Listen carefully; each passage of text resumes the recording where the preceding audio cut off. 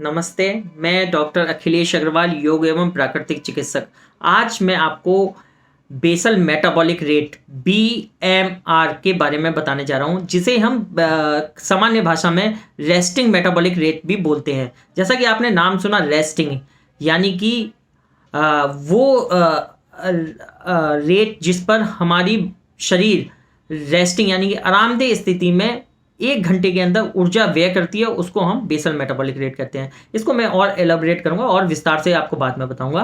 पहले ये जानते हैं, आपने देखा होगा कि वजन बढ़ाना बहुत ही आसान प्रक्रिया है। यदि हम आरामदेह जीवन जीने लगे, हम ज़्यादा सोएं और कोई काम ना करें और ज़्यादा खाना खाएं, हाई कैलोरी फूड लें, तो हमारा वजन बढ़ जाता है। परंतु वजन घटाना अपने आप में एक बहुत चुनौती वाला प्रक्रिया है। देखें, वजन घटाना अपने आप में एक बहुत बड़ा चैलेंज है। तो बहुत सारे लोग अनेकों प्रकार के प्रयास कर वजन घटाते हैं। जैसे कुछ लोग अपना शारीरिक एक्टिविटीज़ को बढ़ाकर, यानी कि फिजिकल एक्टिविटीज़ को बढ़ाकर, जिम जाकर, योगा कर कर और तरह तरह के जुम्बा और फिजिकल ट्रेनिंग वगैरह में जाकर अपना वजन घटाते हैं। परंतु वो भी वजन कुछ हद तक कम होता है और एक स्टेज पर आकर वो स्टेबल हो जाता है, उसके बाद घटना बंद हो जाता है। कुछ लोग आहार के माध्यम से डाइटिंग कर कर भी वजन घटाते हैं। डाइटिंग कर कर वजन घटाने से क्या होता है कि कुछ हद तक तो वजन कम होता है, परंतु वो भी एक स्थिति में आकर वो रुक जाता है, उसके बाद वजन घटना बंद हो जाता है। और वही आहार कुछ लंबे समय तक कंटिन्यू रखने में वही हमारे शरीर के लिए ज़्यादा होता है और धीरे धीरे हम फिर दोबारा से वेट पुट ऑन कर लेते हैं, हम पुनः उसी स्थिति में आ जाते हैं। और कई बार ऐसा भी देखा गया है कि और ज़्यादा वजन हम गेन कर लेते हैं और हम उससे पहले से भी ज़्यादा मोटे हो जाते हैं। और भी अनेक प्रकार हैं जिसके माध्यम से वजन घटाते हैं लोग। परंतु जब तक हम अपने बीएमआर नहीं बढ़ाएंगे, बेसल मेटाबॉलिक रेट नहीं बढ़ाएंगे, तब तक हमारा वजन जो हमने घटाया है वो स्टेबल नहीं रहेगा, वो मेंटेन नहीं रहेगा। हम दोबारा से वजन को रीगेन कर लेंगे।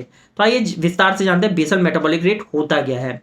बेसल मेटाबॉलिक रेट वो रेट है जिस पर हम कंप्लीट फिजिकल रेस्ट में हो, कंप्लीट मेंटल रेस्ट में हो और वेकफुल अवस्था में हो, यानी वेकफुल जागृत अवस्था में हो और 10 आवर्स की फास्टिंग की कंडीशन हो। उस स्थिति में जब ये चारों कंडीशन फुलफिल हो रही हैं, यानी कि पहली मैंने बताई कि कंप्लीट फिजिकल रेस्ट, दूसरी मैंने बताई कंप्लीट मेंटल रेस्ट, तीसरी मैंने बताई जागृत अवस्था यानी कि complete awakefulness, and fourth is 10 hours fasting. ये जब 4 कंडीशन फुलफिल हों, ऐसी अवस्था में 1 घंटे में हमारी शरीर कितनी ऊर्जा का व्यय करता है, यानी कि कितनी कैलोरीज बर्न करता है, वो बेसल मेटाबॉलिक रेट है। और ऐसा नहीं सोचना चाहिए कि हम स्लीपिंग यानी कि नींद की अवस्था में जो कैलोरीज बर्न कर रहे हैं वो बेसल मेटाबॉलिक रेट, ऐसा नहीं है। जागृत अवस्था में, कंप्लीट फिजिकल रेस्ट में, कंप्लीट मेंटल रेस्ट में, 10 आवर्स फास्टिंग में हम जितनी कैलोरीज बर्न करते हैं वो बेसल मेटाबॉलिक रेट है। तो ऐसा क्यों है? एक सामान्य क्वेश्चन आता है कि भाई जब हम कंप्लीट फिजिकल रेस्ट में, कंप्लीट मेंटल रेस्ट में, फास्टिंग की अवस्था में, यानी कि डाइजेशन भी नहीं हो रहा है और हम जागृत फिर भी हमारा शरीर ऊर्जा का व्यय कर रहा है, ऐसा क्यों होता है?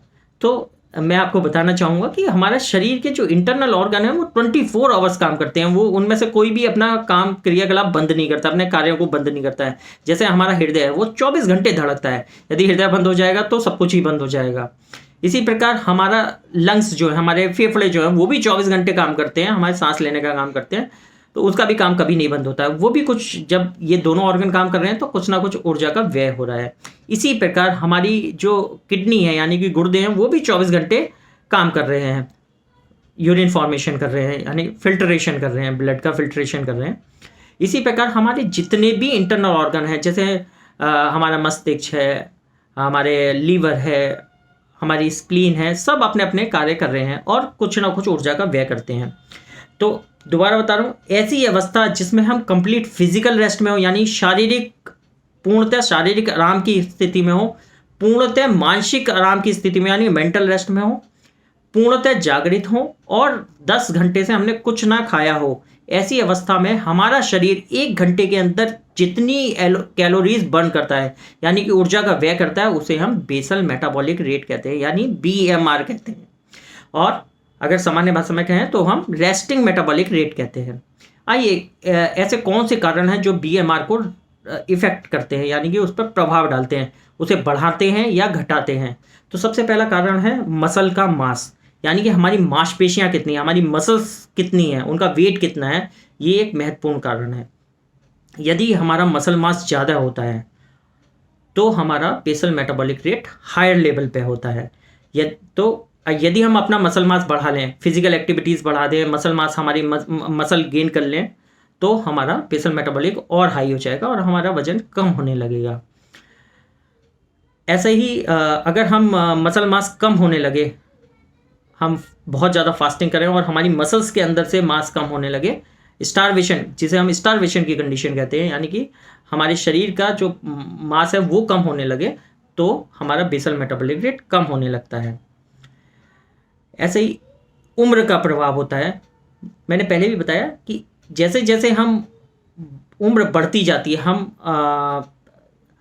हमारी उम्र बढ़ती जा रही है, हम एजिंग प्रोसेस में आते हैं, वैसे वैसे हमारा बीएमआर जो है घटने लगती है, हमारा बेसल मेटाबॉलिक रेट घटने लगता है।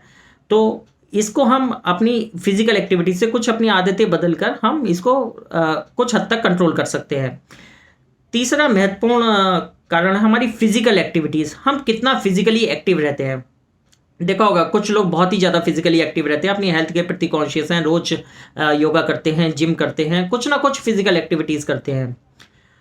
और इसके ही विपरीत कुछ लोग होते हैं जो बहुत लेथार्जिक होते हैं और उनका जॉब प्रोफाइल ऐसा होता है कि उनको बहुत लंबे समय तक बैठे रहने का काम करना पड़ता है, काम करने के लिए बैठे रहना पड़ता है और कोई फिजिकल एक्टिविटीज़ नहीं है। तो जो फिजिकली बहुत एक्टिव है उसकी बीएमआर ज़्यादा होगी और जो फिजिकली इनएक्टिव है उसकी बीएमआर कम होगी। तो यानी कि ये बहुत की पॉइंट है कि अगर हम अपनी फिजिकल एक्टिविटीज़ बढ़ा दें तो हमारी बीएमआर बढ़ने लगती है और हम अपने वेट को कंट्रोल कर सकते हैं, घटा सकते हैं। चौथा कारण है हमारा बॉडी का साइज़। बॉडी का साइज़ से मतलब है कि आप कितने जाइंट हैं, आप कितने लंबे हैं और कितने चौड़े हैं, यानी कि बॉडी का सरफेस एरिया कितना ज़्यादा है, वो बीएमआर को बढ़ाने में मदद करता है। यदि सरफेस एरिया ज़्यादा होगा तो हमारी बीएमआर हायर होगी, सरफेस एरिया कम होगा तो हमारी बीएमआर कम होगी। फिर पांचवा फैक्टर है कि जेनेटिक। आपने देखा होगा कुछ फैमिलीज होती हैं जो कि पतली होती हैं, उसमें दादा दादी भी पतले हैं, मम्मी पापा भी पतले हैं, बच्चे भी पतले हैं। और इसके ही विपरीत अगर कुछ फैमिलीज होती हैं जिनमें सभी मोटे होते हैं, तो जेनेटिक बीएमआर पर जेनेटिक्स का भी बहुत बड़ा प्रभाव पड़ता है। परंतु इसको हम अपनी फिजिकल एक्टिविटीज से, अपनी और कुछ अपनी आदतों से हम इसको कंट्रोल कर सकते हैं। और एक और महत्वपूर्ण कारण है हमारे शरीर के हार्मोन्स। इसमें सबसे इम्पोर्टेंट हार्मोन्स है थायराइड हार्मोन। यदि टीएसएच जो थायराइड स्टिमुलेटिंग हार्मोन है उसका लेवल हमारे शरीर के अंदर ज़्यादा होता है, यानी कि हम हाइपोथायराइडिज्म की बीमारी से ग्रसित हैं। ऐसी अवस्था में हम वेट पुट ऑन करने लगते हैं और हमारी बीएमआर कम होती है। इसी के विपरीत यदि हमारा टीएसएच लेवल हायर लेवल पे हो, हमारा टीएसएच लेवल लोअर लेवल पे हो, वो कम हो, तो हम हाइपरथायराइडिज्म के शिकार होते हैं और हमारा बॉडी का वजन कम होने लगता है। तो थायराइड हार्मोन हमारे बीएमआर पर डायरेक्ट इफेक्ट डालता है। यदि हमारा थायराइड हार्मोन रेगुलेटेड है तो हमारी बीएमआर भी रेगुलेटेड है। और कुछ केमिकल चीज़ें हैं, कुछ दवाइयां हैं, कुछ ड्रग्स हैं जो कि बीएमआर पे इफेक्ट डालती हैं, जैसे निकोटीन है, कैफीन है। ये दोनों सब्सटेंस हमारी बीएमआर को टेम्परेरी बढ़ाने में मदद करते हैं। ये परमानेंटली बीएमआर नहीं बढ़ाते, कुछ क्षण के लिए बीएमआर बढ़ाते हैं, परंतु वापस से वो सामान्य हो जाती है। कुछ ऐसी दवाइयां हैं जो कि बीएमआर को बहुत लेवल तक घटा देती हैं, जैसे कि एंटी डिप्रेसेंट, जो कि हम अवसाद की बीमारी में, डिप्रेशन की बीमारी में दवाइयां लेते हैं, वो हमारी बीएमआर को घटा देती हैं। और कुछ स्टेरॉयड हार्मोन्स ऐसे हैं, स्टेरॉइड्स ऐसे हैं कि दवाइयां ऐसी हैं जो कि हमारी बीएमआर पे इफेक्ट लाती हैं और उसे घटा देती हैं। हम धीरे धीरे वजन पुट ऑन करने लगते हैं। इन सभी कारणों के अलावा कुछ हमारी जो आदतें हैं वो भी बीएमआर पर इफेक्ट डालती हैं, जैसे हमारी स्लीपिंग हैबिट, हम कितना सोते हैं। तो हेल्दी स्लीप जो होती है 7 से 8 घंटे की होती है। और एक कहावत है बड़े बुजुर्गों की, early to bed and early to rise, हम जल्दी सोएं और जल्दी उठें। यानी जितना हम लेट सोएंगे उतना ही हमारी बीएमआर पर नेगेटिव इफेक्ट पड़ेगा। तो हमें जल्दी सोना चाहिए, 7 से 8 घंटे के लिए सोना चाहिए, और सुबह जल्दी उठना चाहिए, और नींद की क्वालिटी भी अच्छी होनी चाहिए। ऐसा नहीं कि हमेशा नींद में भी हम कुछ ना कुछ सोचते रहें। तो नींद का भी बहुत बड़ा इम्पैक्ट है बीएमआर पर। इसी के विपरीत हमारा आहार का भी बहुत बड़ा महत्वपूर्ण योगदान है हमारी बीएमआर में। हम किस प्रकार का आहार लेते हैं, तो कुछ फूड ऐसे हैं जो कि यानी कि खाद्य पदार्थ ऐसे हैं जो कि लंबा समय लेते हैं डाइजेशन के लिए, जिसके लिए हमारे शरीर को पचाने के लिए ज़्यादा एफर्ट करना पड़ता है। ऐसे सब्सटेंस जो हैं, ऐसे पदार्थ जो हैं, हमारी बीएमआर को बढ़ाने में मदद करते हैं। और कुछ ऐसे हैं जो कि बहुत जल्दी पच जाते हैं, उनकी कैलोरिक वैल्यू ज़्यादा होती है। ऐसे पदार्थ जो होती है हमारी बीएमआर को घटाने में घटाते हैं। तो हमारे आहार का भी बहुत बड़ा रोल है। तो एक फिजिशियन से ही आप जानें कि आपको किस प्रकार का आहार लेना चाहिए ताकि आप अपना वजन नियंत्रित कर सकें। फिर हम कितना पानी पीते हैं, जैसा कि आपको पता ही है कि हमारा शरीर 65 से 70% पानी का बना हुआ है। तो पानी का अपने आप में एक बहुत बड़ा रोल है हमारे शरीर की क्रियाकलापों को रेगुलेट करने में। उसी में बीएमआर को रेगुलेट करने में भी पानी का बहुत बड़ा रोल है। यदि हम 2.5 से 3 लीटर पानी प्रतिदिन पीते हैं तो हमारी किडनी का फिल्ट्रेशन ऑप्टिमम लेवल पे होता है, और शरीर से जो टॉक्सिन्स हैं वो भी निकल जाते हैं। हमारा पर्सपिरेशन ठीक प्रकार से होता है, हमारी यानी कि स्किन की एक्टिविटीज़ ठीक से होती हैं, और टेम्परेचर रेगुलेशन में भी मदद मिलती है। तो पानी हमें 2.5 से 3 लीटर पीना ही चाहिए। इन सब चीज़ों पे हम फिर कभी विस्तार से बात करेंगे अलग अलग फैक्टर पर, परंतु यहाँ शॉर्ट में ही मैं बता रहा हूँ। फिर एक और फैक्टर है सन बाथ, यानी कि हम कितनी सूर्य स्नान करते हैं, कितना हम सनलाइट को लेते हैं। यदि हम हफ्ते में 2 बारी आधे आधे घंटे के लिए डायरेक्ट सनलाइट लें और हमारी स्किन को एक्सपोज करें तो हमें बहुत ज़्यादा फायदे होंगे। जैसा कि सभी को पता ही है कि जब भी हम सन बाथ लेते हैं तो हमारे शरीर के अंदर विटामिन डी बनता है, जो कि हमें एक्टिव रखने में मदद करता है, और भी बहुत हमारे कोलेस्ट्रॉल को नियंत्रित करता है, क्योंकि कोलेस्ट्रॉल ही विटामिन डी में कन्वर्ट होता है।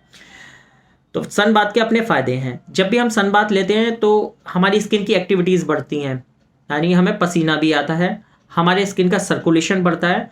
जब सर्कुलेशन बढ़ेगा तो कार्डियक आउटपुट बढ़ेगी, कार्डियक आउटपुट बढ़ेगी तो हमारे किडनी का फिल्ट्रेशन बढ़ेगा। तो ये सारे इंटरनल ऑर्गन्स जो हैं वो एक दूसरे के ऊपर डिपेंडेंट हैं। तो एक के क्रियाकलाप बढ़ते हैं तो दूसरे के भी बढ़ते हैं। इस प्रकार जब एक्टिविटीज़ बढ़ेगी तो हमारी बीएमआर अपने आप बढ़ने लगेगी। तो सन बाथ अपने आप में एक बहुत बहुत महत्वपूर्ण है। तो वजन घटाने के लिए सन बाथ का भी अपना महत्व है। इसी प्रकार मसाज, बड़े बुजुर्ग हमेशा से कहते आए हैं, और एक विधान भी है कि जब बच्चा पैदा होता है तो उसे ये रिकमेंड किया जाता है कि 40 दिन तक मसाज करो। तो इससे क्या होता है, एक तो हमारी मांसपेशियों की टोन मेंटेन रहती है, वो और सुडौल बनती है, यानी कि उनमें स्ट्रेंथ आती है, और साथ साथ तो उनका ब्लड सर्कुलेशन इंप्रूव होता है, उनकी टोन इंप्रूव होती है, और हमारे जॉइंट की हेल्थ भी मेंटेन रहती है। और मसाज का एक बहुत अच्छा इफेक्ट होता है कि हमें बहुत आराम मिलता है, हमें बहुत रिलैक्स मिलता है, शरीर बिल्कुल अच्छे से रिलैक्स हो जाता है, जितनी भी थकावट हो वो मिट जाती है। तो अगर मसाज हम हफ्ते में 1 बार मसाज लें तो हमें बहुत ज़्यादा फायदे होंगे। ये मसाज एक तरीके की पैसिव एक्सरसाइज है, जिसमें दूसरा आपकी बॉडी पे एक्सरसाइज कर रहा है, आप नहीं कर रहे हो, मगर वो सर्कुलेशन बढ़ा रहा है, आपकी मसल्स की टोन बढ़ा रहा है। तो आप डेफिनेटली हमारी बीएमआर पे इफेक्ट आता है। तो मैं तो ये रिकमेंड करूंगा कि हमें हफ्ते में 1 बार खुद से मसाज करनी चाहिए।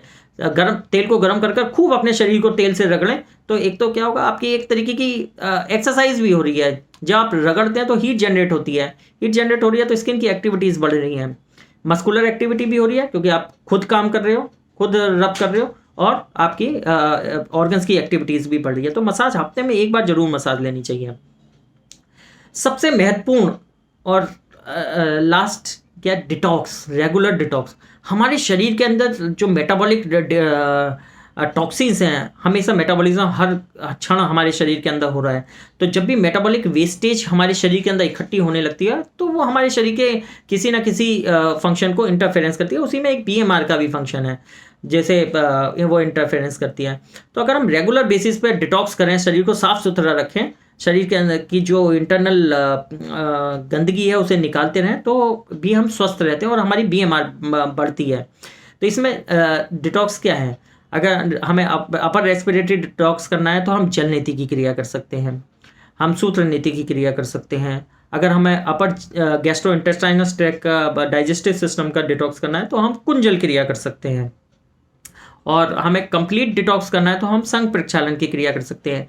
ऐसी क्रिया रेगुलरली वीक में अगर जल नीति और कुंजल क्रिया हम वीक में एक बार रिकमेंडेड है, एक बार करें तो हम अपने आप को स्वस्थ भी रख सकते हैं और अपने BMR को भी मेंटेन रख सकते हैं, रेगुलेट कर सकते हैं। संघ प्रक्षालन की क्रिया जब भी हमारा डाइजेशन गड़बड़ हो तब हम कर सकते हैं, और इसके विपरीत हम अगर साल में 2 बार ही संघ प्रक्षालन करें तो हमारी डाइजेस्टिव हेल्थ भी बहुत अच्छी रहती है और हमारी BMR भी बढ़ती है। तो मैंने आज बहुत सारे पॉइंट्स पर स्ट्रेस किया है। अगर इन सभी पॉइंट्स पे हम थोड़ा थोड़ा भी ध्यान देने लगे तो हम अपने वजन को नियंत्रित रख सकते हैं, वजन घटा सकते हैं और अपने आप को हेल्दी महसूस कर सकते हैं, अपने आप को फिट रख सकते हैं। दोस्तों, यदि आपको मेरा ये वीडियो पसंद आया हो और आपकी कोई भी क्वेरी हो तो आप कमेंट बॉक्स में कमेंट कर सकते हैं या मुझे डायरेक्टली भी कांटेक्ट कर सकते हैं। यदि आप बढ़े हुए वजन की समस्याओं से ग्रसित हैं तो आप मुझे कांटेक्ट कर सकते हैं। मेरे आप वजन घटाने के प्रोग्राम्स हैं जिन्हें मैं ऑनलाइन करता हूं और आपको पूरी मदद देता हूं, वजन घटाने के लिए पूरा असिस्टेंस देता हूं। तो दोस्तों, आशा करता हूं कि आपको ये मेरा वीडियो पसंद आया होगा, और यदि आपको ये वीडियो पसंद आया है तो आप मेरे इस चैनल को सब्सक्राइब करें और मेरी वीडियो को लाइक करें। आप सभी का मेरे इस वीडियो को सुनने के लिए बहुत बहुत धन्यवाद।